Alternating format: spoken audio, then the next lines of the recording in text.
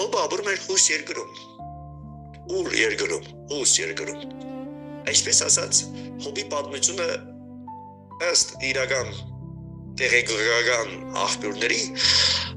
Հոբը եղել է հայ, նա ապրել է հայկական լեռնաշխարհում, նա եղել է հայ, այդ Հոբի ամբողջ պատմությունը, որ գիտեն, ծառայել են, Հոբը կորցրեց իր ամբողջ տունը, իր ամբողջ ունեցվածքը, բայց այդ հող լինելով հանդերձ, որ արդեն մեռնելու էր, նա անգամ այդ ժամանակ չուրացավ Աստծուն։ Թերև ուներ շատ բազում սխալներ ու հանցանքներ, ինչպես Եղիուսն ասեց, որ Հոբը մեղքը ջրի պես էր խմում, Հոբը գտավ մխիթարություն եւ ի վերջո այնտեղ ասում է ես միշտ լսել եմ, բայց հիմա իմ աչքերը տեսան քեզ։ Երբ նա Հոբի մեջից խոսում էր, երբ նա խոսում էր Հոբի հետ, եւ նա բժշկվեց, եւ նա ավելի առատացավ, ավելի հարստացավ։ Ասեմ ձեզ այս պատմական մարգարեական պատմությունը կախված է հայ ազգի հետ։ Այս ազգը ընդունելով Քրիստոսին կոդորվեց եւ կոդորվեց ոչ թե որ նրանք հայ էին, այլ որովհետեւ նրանք Քրիստոսինն էին։ Այս այն ազգն է, որը ստանձներ է Քրիստոսի լույսը տարածելու։ Հիսուսն ասեց այլևս ձեզանից կվերցվի երկնքի թագավորությունը եւ կտրվի մի այլ ազգի, ով պտուղ կտա։ Այո, մենք մեռնելով պտուղ տվեցինք եւ հիմա էլ պտուղ ենք տալիս։ Հիմա է որ Ղազարոսը հարություն առնում մեռելներից, որ ոչ ոք չի մտածում։ Այս ժամանակներում է որ Հայաստանն աճելու, բարգավաճելու է։ Մարգարեական խոսքերը կատարվելու են այստեղ, այս երկրում, ոչ թե հայրյանների մոտ Երուսաղեմում, ասեմ իմանաք։ Ամբողջ աշխարհով է կատարվում մարգարեական խոսքեր, բայց ասեմ, որ Ղազարոսը հարություն է առնում այստեղ։ Ասեմ, որ Հոբը կենտանանում է եւ նորից է ստանում իր հարստությունը հետ այս երկրում։ Եվ այսպիսով այս երկիրը վերածվելու է մի Եգիպտոսի։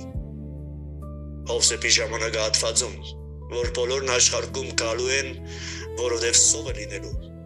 եւ այնտեղ է միայն կերակուր գտնվելու։ Գիտեք, չգիտեք,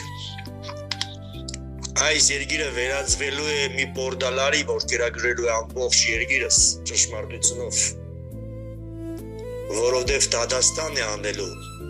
որովհետև Դադաստանը սկսվելու է իր տնից եւ այն ազգը, որ վերցված է, տեսեք ինչ է գրված, ձեզանից կվերցվի երկնքի թագավորությունը, Հիսուսն ասեց, հայրաներից վերցված է,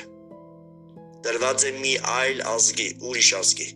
եւ այդ ազգը այս ազգն է, հայերին է դրված երկնքի թագավորությունը,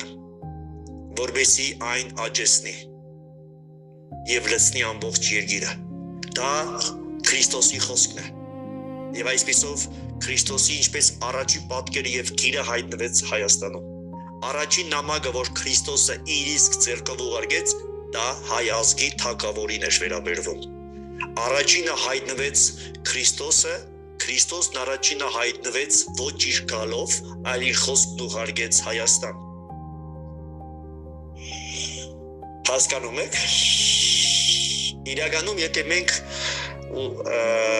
կարողանանք հասկանալ ամբողջ ճշմարտությունը, անգամ Նոյի տաբանը հենց այստեղ եղել, ամբողջ մարդկության սկիզբը, որ երկրորդ անգամ կյանքի կոչվեց մարդկությունը Նոյից հետո եւ հայկական լեռնաշխարհում սկսվեց մարդկությունը, հետեւաբար այստեղից է սկսվել մարդկությունը, ինչպես եւ Եդեմական Պարդեզն է մեր լեռնաշխարհում, այնպես էլ Նոյի տաբանն էր լեռնաշխարհում եւ տաբանը կառուցվեց հենց Հայաստանի մեջ, հայկական լեռնաշխարհում կառուցվեց։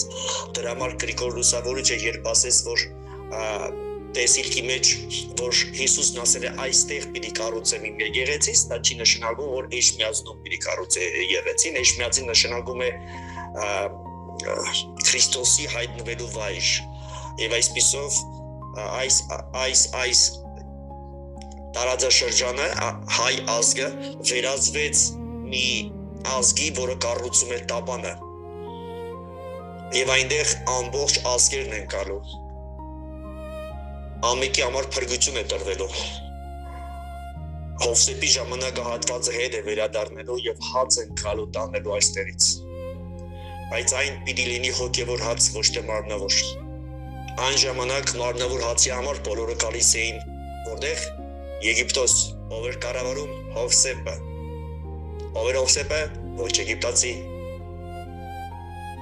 Հասկանում եք ինչ եմ ասում։ Հովսեփը Եգիպտացի չէր, բայց կառավարում էր Եգիպտոսը։ Քրիստոսն էլ երկրից չէր, բայց կառավարում էր երկիրը։ Հասկանում եք ինչ եմ ասում։ Նա էլ ով կերակրելու է երկրից չի լինելու։ Այլ կերպարանքն է ունենալու այդ մարդկային վիճակի, որովհետև ինչպես Հովսեփն էր Եգիպտոսի, ինչպես եգիպտացիներն են կամ փարավոններ հագնվում, բժնվում, ինչու չճանաչեցին եղբայրները նրան։ Նա բժնանքով էր լցված, խսված, նա այլափոխված էր, դարձած էր հենց եգիպտացի։ Քրիստոսը մարտացավ, դրա համար նրան չճանաչեցին որպես Աստծո որդու եւ կենտանի Աստծուն։ Դե ինչպես ճանաչեին, եթե ոչ մեկ չէր տեսել նրան, որպեսզի նրան ճանաչեին։ Հասկանում եք։ Թող Աստված բացահայտի ձեր աչքերը, բացի ձեր աչքերը, ցույց տալով ավելի մեծ գործեր, ավելի մեծ հայտնություններ ձեր կյանքում եւ ձեր ճանապարհներում։ Գալու է այդ ժամանակը, դրա համար բոլորդ պետք է արթուն մնաք եւ հսկեք։ Կայտագղություններ շատ են լինելու, չափից դուրս լինելու է կայտագղություն։ Մինչ ճշմարտությունը իր ասպարեզը կունենա, նախ սդությունն է գլուխ բարձրանալու։ Սդությունը ինքը բարձրանալու է, իսկ հետո նոր ճշմարտությունի այդ է գալու։